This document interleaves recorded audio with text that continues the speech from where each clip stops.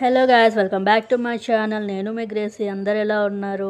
ఈరోజు మన రెసిపీ ఏంటంటే పసుపు పచ్చి పులుసు అనమాట. అల్లం పులుసు అంటారు దాన్ని.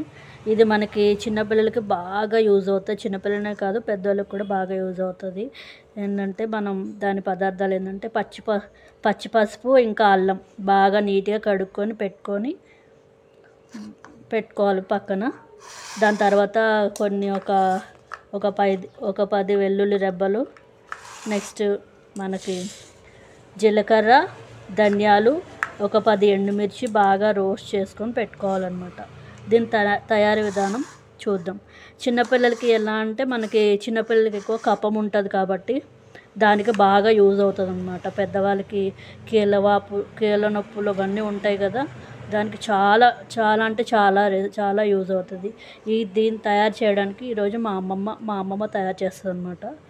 అమ్మమ్మ చిట్కా అన్నమాట ఇది. దీన్ని మీరు అందరూ తప్పకుండా ట్రై చేయండి. దీన్ని తయారు చేసే విధానం మనం ఇప్పుడు చూద్దాం. ఇందాక మీకు చూపించాను కదండి, దాని తయారీ విధానం ఏంటంటే మనం పచ్చి పసుపు ఇంకా అల్లం పేస్ట్ చేసి పెట్టుకోవాలి. అలాగే ఎండుమిర్చి, ఉల్లిపాయ ఇంకా ధనియాలు, జీలకర్ర పేస్ట్ చేసుకోవాలి. అలాగే కొంచెం చింతపండు కూడా నానపెట్టుకోవాలన్నమాట. దీని తయారీ విధానం ఇప్పుడు చూద్దాం. ముందుగా మనం స్టవ్ ఆన్ చేసుకొని కడాయి పెట్టుకుందాం. కడాయి హీట్ అయ్యేవాళ్ళు ఆయిల్ వేసుకుందాం.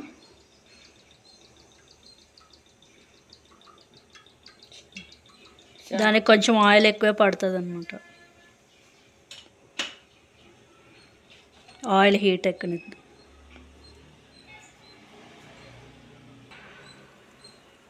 ఆయిల్ హీట్ ఎక్కిందండి. ఇందులో మనం ఇందాక మిక్సీ పట్టుకున్న ఎండుమిర్చి, ధనియాలు, వెల్లుల్లిపాయ జీలకర్ర పేస్ట్ అందులో వేసుకుందాం ఆయిల్లో.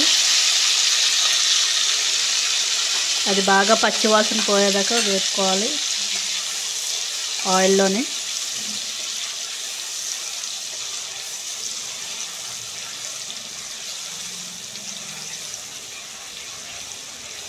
దీన్ని మీరు తప్పకుండా ట్రై చేయండి. పిల్లలకి చాలా బాగా యూజ్ అవుతుంది.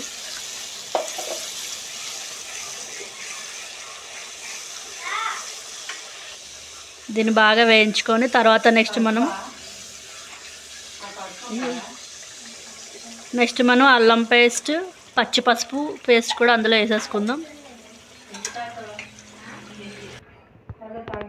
బాగా కలుపుకోవాలి దీన్ని.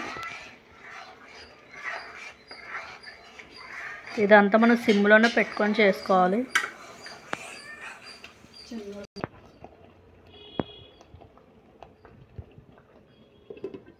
దీన్ని మనం ఒక 5 నిమిషాలు మగ్గనివ్వాలి.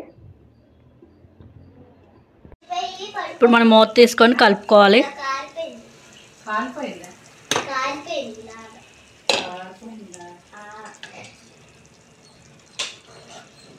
బాగా మంచిగా కలుపుకోవాలి దీన్ని. చూడండి, ఆయిల్ బాగా పైకి తేలింది.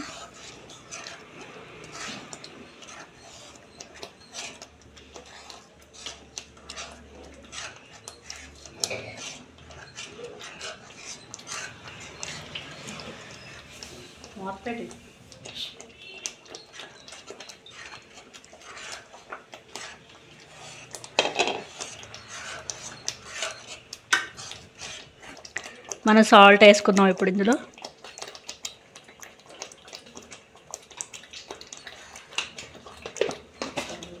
సాల్ట్ వేసుకొని బాగా కలుపుకుందాం.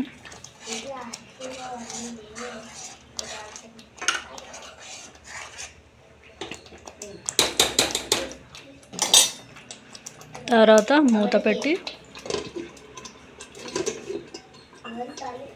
ఒక 5 నిమిషాలు ఉందాం. ఇప్పుడు మళ్ళీ మనం మూత తీసుకొని కలుపుకుందాం బాగా.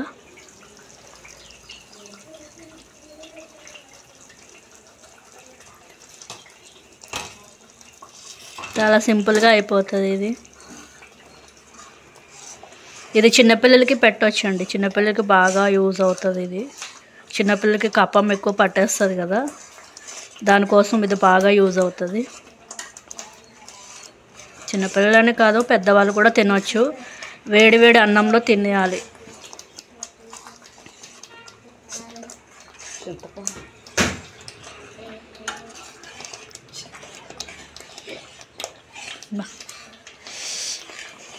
నెక్స్ట్ మనం ఇందులో చింతపండు రసాన్ని వేసుకుందాం.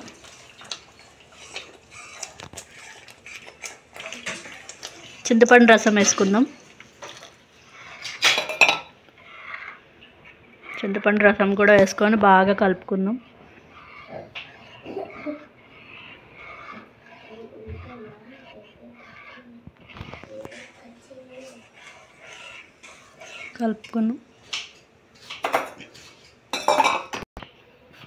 మనకి చింతపండు రసం కొంచెం ఎక్కువే పడుతుంది.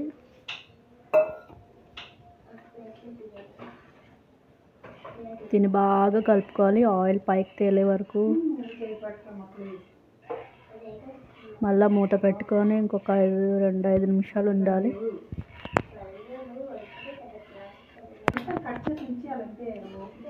ఇది మా అమ్మమ్మ చేస్తుందన్నమాట.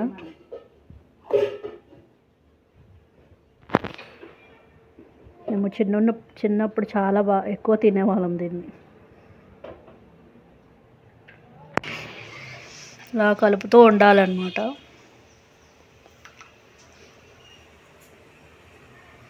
నెక్స్ట్ మనం మూత పెట్టుకొని ఇంకా 5-10 నిమిషాలు ఉంచుదాం. మళ్ళీ మూత తీసుకొని కలుపుకుందాం.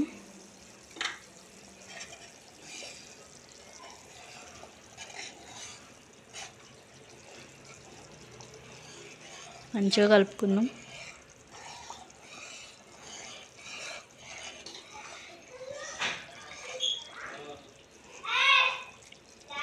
ఉప్పు సరిపోయిన తర్వాత చూసుకుందాం.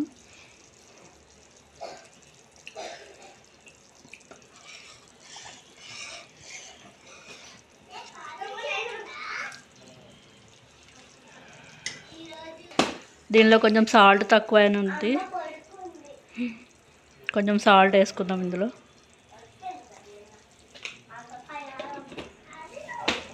సాల్ట్ వేసుకొని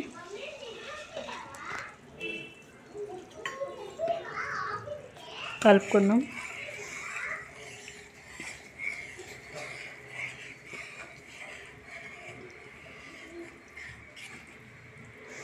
ఇలాంటి మరీ మంచి టిప్స్ కోసం మంచి వీడియోస్ కోసం మా ఛానల్ సబ్స్క్రైబ్ చేసుకోండి.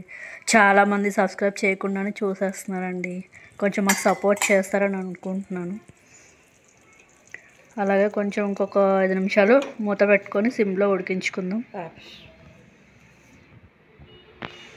చూడండి మంచిగా కుక్ అయిపోయింది. ఇది కుక్ అయిపోయింది.